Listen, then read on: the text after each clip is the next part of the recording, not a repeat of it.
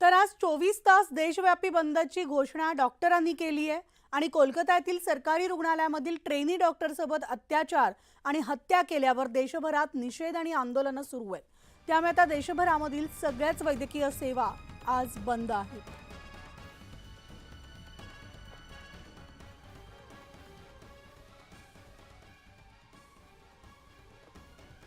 तर आपण थेट ठाण्यामध्ये जाणार आहोत। आमचे प्रतिनिधी अजित मांढरे आपल्या सोबत आहेत।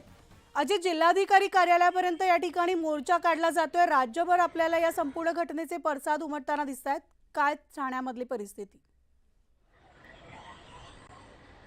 म्हणाली ठाण्यातील कळवा हॉस्पिटल जे आहे, छत्रपती शिवाजी महाराज रुग्णालय, या हॉस्पिटलमधील जवळपास 400 ते 500 डॉक्टर्सनी एक मार्च काढलेला आहे, मोर्चा काढलेला आहे। मी दृश्य दाखवू इच्छितो की इथे खाली बघा की हा संपूर्ण ब्रिज होता, कळव्याचा ब्रिज हा पूर्णपणे ब्लॉक केला गेलेला आहे आणि या डॉक्टरांचा मोर्चा जो आहे हा इथून निघाला होता कळवा हॉस्पिटल ते। आता हा संपूर्ण मोर्चा जो आहे तो पुढे जाऊन कलेक्टर ऑफिस जो आहे कलेक्टर ऑफिसपर्यंत जाईल आणि मोठ्या संख्येने डॉक्टर जे आहेत ते या मोर्चामध्ये सहभागी झालेले आहेत। हे दुसऱ्या बाजूची दृश्य मी तुम्हाला दाखवू इच्छितो। आपण जर पाहिलं तर हातामध्ये फलक घेतलेले आहेत। कलकत्त्यामध्ये ज्या डॉक्टरवरती अत्याचार झाले, जिची हत्या झाली, तिचा फोटो घेऊन त्या ठिकाणी न्याय मागण्याकरता, जस्टिस मागण्याकरता त्यांनी संपूर्ण हातात बॅनर घेतलेले आहेत आणि अगदी सर्व जे डॉक्टर आहेत, सर्व प्रकारचे डॉक्टर जे आहेत ते यामध्ये सामील झालेले आहेत।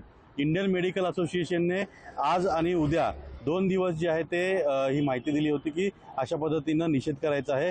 त्याचाच एक भाग म्हणून आज ठाण्यामधल्या सर्व हॉस्पिटल्समध्ये जे आहे ते काम बंद आंदोलन करण्यात आलेलं आहे आणि कळवा हॉस्पिटलमधील जे डॉक्टर्स आहेत या सर्व डॉक्टर्सनी मोठ्या प्रमाणात हा मोर्चा काढलेला आहे आणि या मोर्चाच्या माध्यमातून ते त्यांचा संदेश जो आहे, तो निषेध जो आहे ते सांगण्याचा प्रयत्न करत आहेत। कळवा हॉस्पिटल ते थेट जिल्हाधिकारी कार्यालय इथपर्यंत हा मोर्चा काढला जाईल। पोलीस सुरक्षिततेमध्ये हा मोर्चा काढला जातोय आणि हा संपूर्ण मोर्चा जो आहे तो जिल्हाधिकारी कार्यालयामध्ये जाऊन त्या ठिकाणी जे जिल्हाधिकारी आहेत त्यांना निवेदन दिलं जाईल आणि कशा पद्धतीने त्यांचा निषेध जो आहे तो पत्रामार्फत आणि या मोर्चामार्फत नोंदवला जाईल हे त्या सर्व पत्रामध्ये नमूद केलं जाईल आणि त्यानंतर या मोर्चाची शांतता होईल। आपण पाहतोय हे सगळे पडसाद जे संपूर्ण राज्यभर उमटताना दिसतात।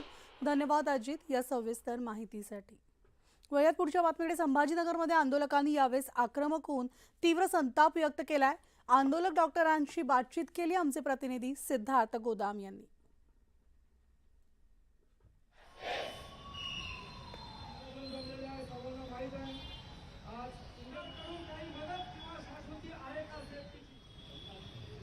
तर ही दृश्य आहेत छत्रपती संभाजीनगरमध्ये। या ठिकाणी देखील अनेक शस्त्रक्रिया ज्या आहेत त्या पुढे ढकललेल्या आहेत, कारण आज राज्यव्यापी संप पुकारण्यात आलाय।